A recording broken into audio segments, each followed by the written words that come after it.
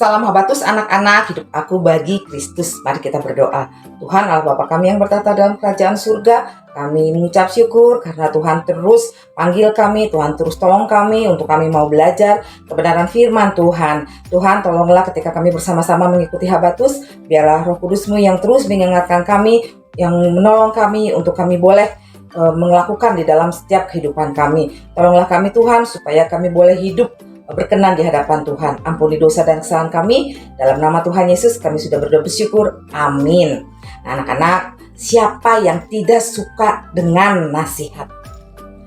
Kamu, saya pasti nih sering mendapat nasihat ya, baik dari orang tua, dari kakak, dari guru kita, baik dari guru sekolah minggu ataupun dari guru sekolah ya. Lalu bahkan dari kalau di gereja, pendeta atau orang-orang yang peduli terhadap kita, bahkan dari teman kita ya. Nah, tujuan kita mendapat nasihat itu agar apa? Agar kita bisa menjadi orang yang lebih baik lagi. Atau kita juga pernah menasehati teman kita ya. Misalnya ketika teman kita bandel, teman kita usil, lalu tidak bisa diatur, dan lain-lainnya masih banyak lagi ya.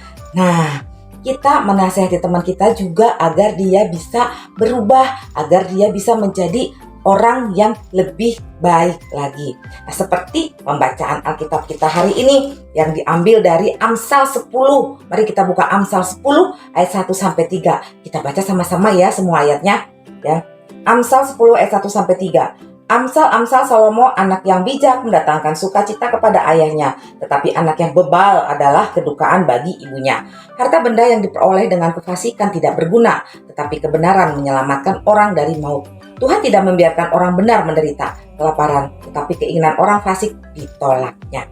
Nah, anak-anak, kitab Amsal ini ya berisi tentang nasihat-nasihat yang Tuhan kasih melalui kitab Amsal yang ditulis oleh Raja Salomo. Ya, dan di dalam kitab Amsal juga kita diingatkan untuk selalu memuliakan Tuhan, untuk selalu mengutamakan Tuhan dalam kehidupan kita, ya, dan menjadi berkat bagi sesama kita, ya. Nah, di sini Raja Salomo menuliskan kata-kata bijak untuk menasehati terhadap anak-anak, untuk mendidik dari anak-anak yang tidak baik menjadi anak-anak yang mempunyai kepribadian yang baik, ya. Karena cenderungan manusia itu adalah apa? Berbuat dosa. Ingat Roma 3 ayat 23 ya. Nah, oleh sebab itu kita semua perlu nasihat. Perlu orang-orang bijaksana yang dipakai oleh Tuhan untuk menasehati kita ya.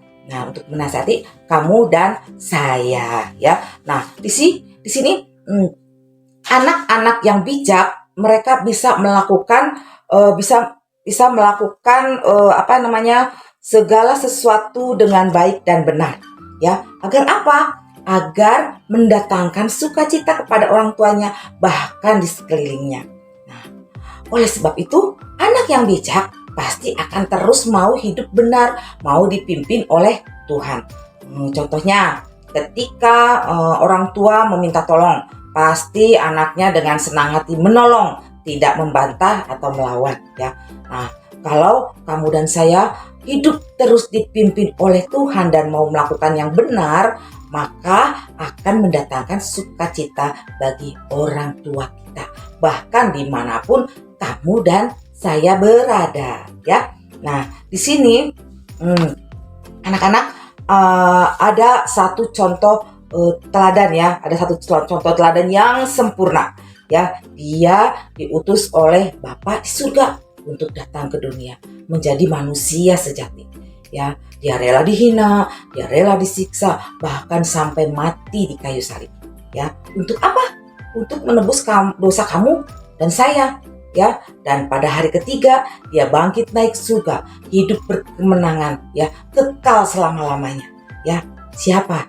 Dia adalah Tuhan Yesus Kristus ya. Nah, maukah kamu yang sudah percaya agar hidup bijaksana dan melakukan segala sesuatu dengan cara yang benar, agar setiap kehidupan kita menyenangkan keluarga dan selalu memuliakan Tuhan, menyenangkan orang-orang di sekeliling kita, tapi hanya untuk kemuliaan Tuhan ya, agar hidup kita bagi Kristus.